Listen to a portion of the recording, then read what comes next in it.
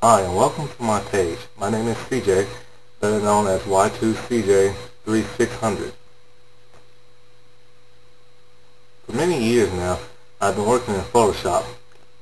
I've been working in Photoshop since 2001 or 2002. And with it being 2012, well, my skills has kind of advanced since a long time ago. I've made hundreds and hundreds of Photoshop pictures, and on this channel I make tons of animation videos using Photoshop. Today I'm going to be showing you how to make Cyclops from the X-Men. The Photoshop program I use is Photoshop 6.0. It's the first version of Photoshop and it's extremely old. I know there are new ones out there, but I just don't have it. We're going to start off by making a new document. We're going to have it transparent, and we're going to have the resolution to 96. We're going to have the width to 990, and we're going to have the height to 720. That's just normally the measurements I use when making a video. Now we're going to make our transparent page black, and we're also going to add in a folder. Years ago when I was making my videos, it took a lot longer to make because I didn't have the templates set up in advance. So I took one whole year out to make tons and tons of templates. Mostly I like doing comic book stuff. So I have hundreds of Marvel and DC comic templates. Now we're going to make Cyclops from a picture I found on the internet from the Daredevil. And this picture I found from a really good toy site. And this picture of a toy is just a picture of his bust from the head down somewhat towards his neck and a little bit of his chest area.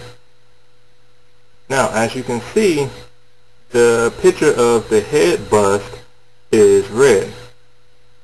Now we're going to change that to black. Now since I already have this as a template, I originally saved this in a PNG picture saving.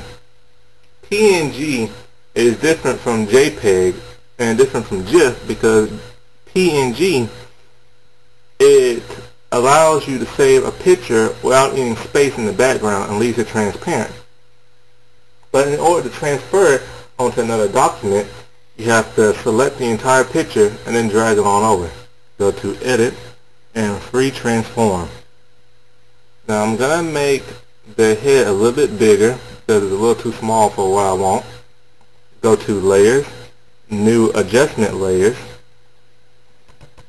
then Hue, Saturation, and then a box is going to come up and you want to click that box and hit OK. If you change a picture by any means, whether it's color, it's brightness, it's hue, it's whatever, you want to click that box so whatever effects will stay contained within that picture and that picture only. If you don't click that box, then everything on that page will change. Now we're going to grab the saturation triangle and we're going to slide it all the way to the left to where it's -100. And see, now the picture is turned from its color onto gray. Now we're going to enlarge and take the selection tool and we're going to carefully outline where his part of his flesh is around his nose and mouth. Okay, once that's highlighted, and now we're going to mask the hue saturation. Once that's selected, you're going to go over to your paint bucket, make sure the black box is selected, and then you're going to click within the selected area to take away the gray and select that. And now we're going to carefully take out some of the red that we didn't finish selecting. Right now I'm using a harder brush, but it's best to use a softer brush, and I'll use a softer brush a little bit later. The softer brush I like to use when masking things because it leaves a very faint trail that isn't too hard and too detectable.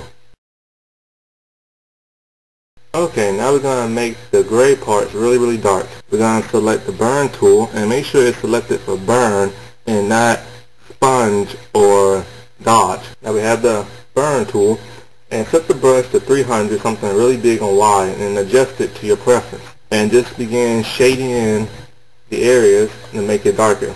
Now, I personally don't like how red his flesh is, so I'm going to change the color of the red within the flesh. And you do that by going to Layers, New Adjustment Layers, Selective Colors, and you want to click that box. And then you can begin by changing the different colors within the picture. Right now I have it set for red, and I'm just going to adjust it to a tone of flesh that I like better. And there are other colors in which you can select at the little drop down box. Okay, now I'm going to increase it because we want to get rid of his horns. And by doing that, you take your selection tool and just select a part of his forehead that doesn't have the horns around it. Now you're gonna, once that's selected, you're gonna copy and then paste in that folder and just position it over to mask out the horns. In order to mask, once again, go over to the layer box towards the right and hit that second button with a little circle in it and hit mask. Once you hit mask, then your colors will change from black to white. If they don't change to black and white, then make them black or white. Once the black box is selected, I'm going to take the paint bucket and I'm going to erase that new layer by making it go invisible. And I'm going to take my brush and I'm going to just brush in part of the forehead that we made, and I'm going to blend it in accordingly so that it blends very nicely. Now I'm going to duplicate that picture layer. To duplicate, you have to right click within that picture layer box, then you hit duplicate, and now we're going to slide on over, and now we're going to flip it horizontal. So you'll have to go to Edit, Transform, and then flip horizontal at the bottom. And now you just want to blend that in to make it flow a little bit more better. Now that it looks perfect to me, I want to go to Layers and click Merge Down to merge down all those layers. It's best to go with Merge Down instead of Merge Picture, because you merge picture, it will cut off anything that's cut to the sides that you can't see off screen. And you go to flatten image, then it will have a white background, and you don't want that. And then I'm going to select that black background. See, there's anything that looks kind of funny that I miss when it's in transparency. And I just want to get rid of all the little minor distractions in the picture. I see that there's a white line somewhere on his forehead. So to get rid of that, I'm going to use the selection tool to select part of his forehead that doesn't have the white line. I'm going to copy and paste it, and I'm going to mask that. I'm going to copy and paste, and I'm just going to move it over to where it covers up that white line, and then I'm going to mask it so that the line you can no longer see. Okay, so now I'm going to get rid of the access part of his mask where his ears are, because I don't need that. I'm just going to take the selection tool and select around where the parts I don't want, and then just hit delete. Okay, so now I'm going to put Cyclops' visor on. This is a visor from the first X-Men movie, and it's just a black visor with the red ruby lens part in the middle. I found the visor off some picture on the internet that you can actually buy this visor from a toy website. Now I'm going to show you how to make the visor go from being blackish gray to yellow. Okay, I'm going to go to Layers, Color Balance, click the box, and I'm just going to move over the yellow triangle to the farthest number I can. Once that does that, it automatically masks the color balance for you. You're going to take a brush. I like to use a soft brush, and make sure the box is highlighted black and not white. And I'm just going to take away the extra yellow off the red part of the visor, because we don't want that looking orange. I'm going to merge down, go to layers, merge down. Now go to layers, new adjustment layers, selection colors, click the box, and now we're going to change the red within the visor to get a nice ruby kind of color. And once we do that, we're going to select yellow from the drop box, and we're going to get the color preference in which we like best. Now we're going to merge down. Now we're going to select the entire picture and drag it to our main picture. Now we're going to adjust the visor so that it looks like it fits his face and don't look too funny. We're going to go to Edit, Free Transform, and we're just going to transform accordingly. Now we're just going to take out parts of the corner back piece of the visor, and we're going to hit the mask tool, and I like to use the selection to paintbrush that out. So I'm just going to select the little corner part, hit the paint bucket, and get that out instead of using the paintbrush. Okay, I like how that looks, so I'm going to merge down. Now the only thing we have left to do is make his body. Now, like I said, we're going to make the Cyclops from the newer First Class comic books, and with them, instead of being blue and yellow, they're black and yellow. So we're going to go back to our Daredevil picture, and here's another picture of a toy. And here's another picture of a toy. And we're just going to take parts of his chest and shoulders. We're going to use the selection tool for that and just drag them on over. And we're going to pre-transform this to fit the size we need.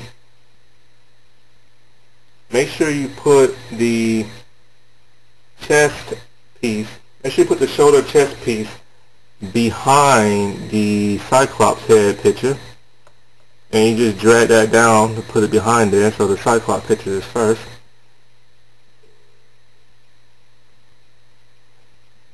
Make sure that the new document is behind our newer document. So we're going to go over to the layer box, and we're just going to drag that down so that now this new picture will come directly behind our first picture instead of in front of it.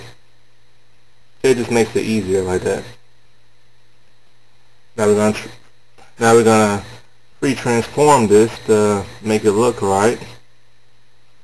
Now we're going to mask both of these pictures and just brush accordingly to blend them in nicely. Make sure that your page is still transparent, and make sure you don't leave no little mistakes here and there.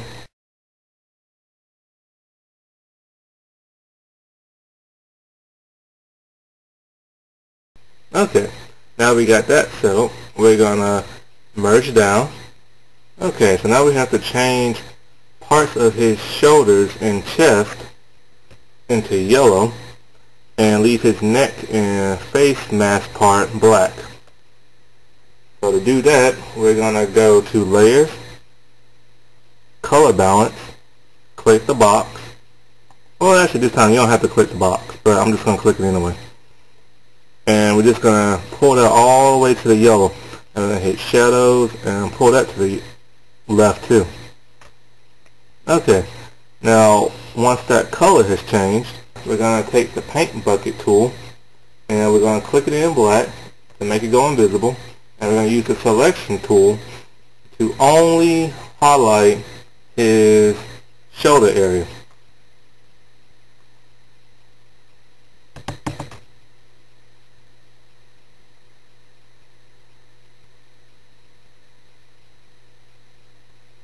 Take the paint bucket, change it to white, and click in the highlighted area, and you see it turned yellow. Now we're going to change it to fit the yellow that we want.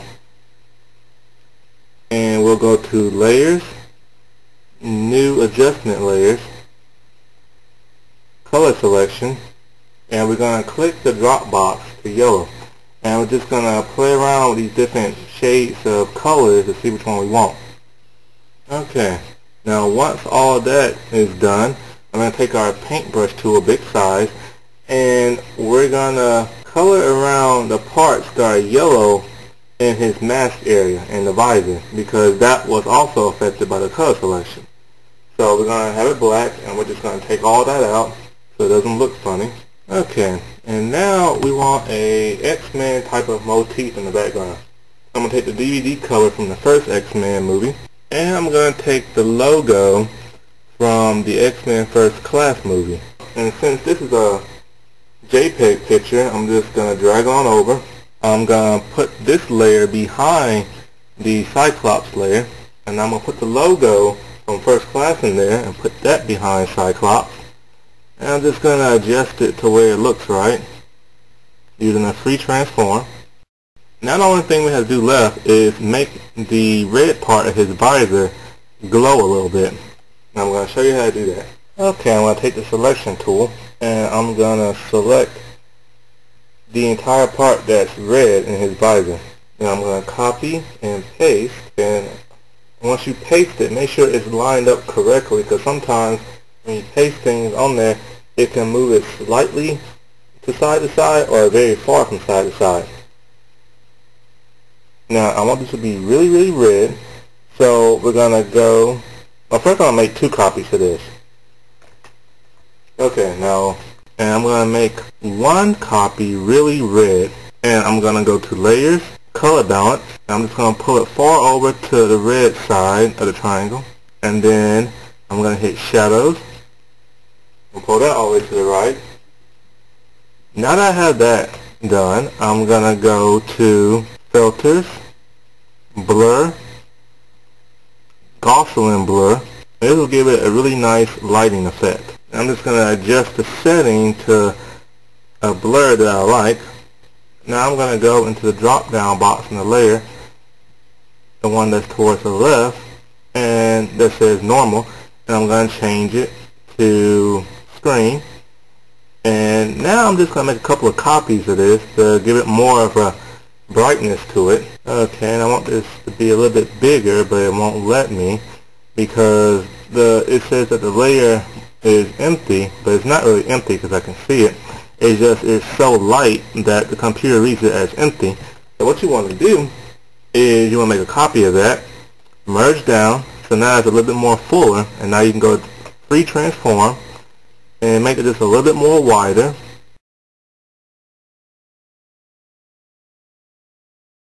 Hit screen and duplicate,